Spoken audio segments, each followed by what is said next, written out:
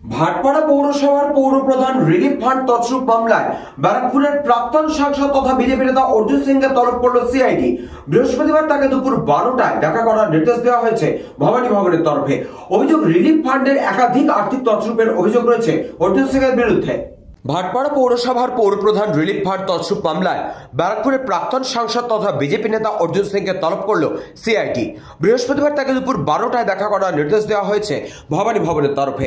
অভিযোগ, রিলিফ ফান্ডের একাধিক আর্থিক তছরূপের অভিযোগ রয়েছে অর্জুন সিংয়ের বিরুদ্ধে। 2010 সাল থেকে 2019 পর্যন্ত ভাটপাড়া পৌরসভার পৌরপ্রধানের দায়িত্বে ছিলেন প্রাক্তন সাংসদ অর্জুন সিং। সেই সময় এই আর্থিক তছরূপ হয়েছে বলে অভিযোগ করা হয়েছে।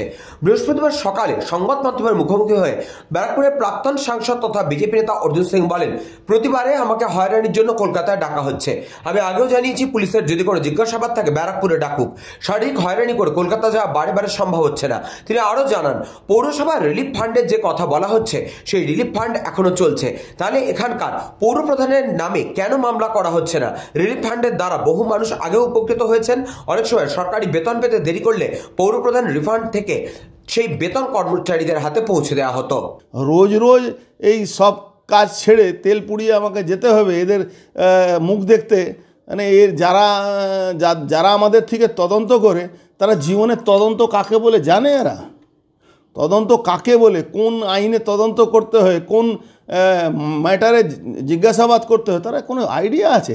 এরা রাজা বাহাদুরের কথা আমাদেরকে ডাকছে, কিন্তু তারাও, আমি তো কালকেও বলেছি, রিটায়ারমেন্ট অর্জুন আমাদের পলিটিক্যাল লোকের রিটায়ারমেন্ট হয় না।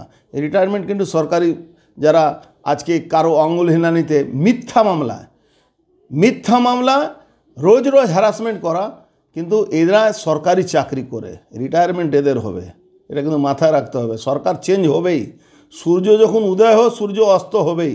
ব্যুরো রিপোর্ট, নিউজ বঙ্গ টাইম।